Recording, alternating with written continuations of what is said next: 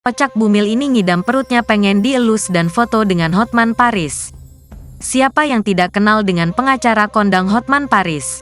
Hotman Paris begitu dikagumi oleh masyarakat Indonesia dengan ciri khasnya yang terbilang glamor.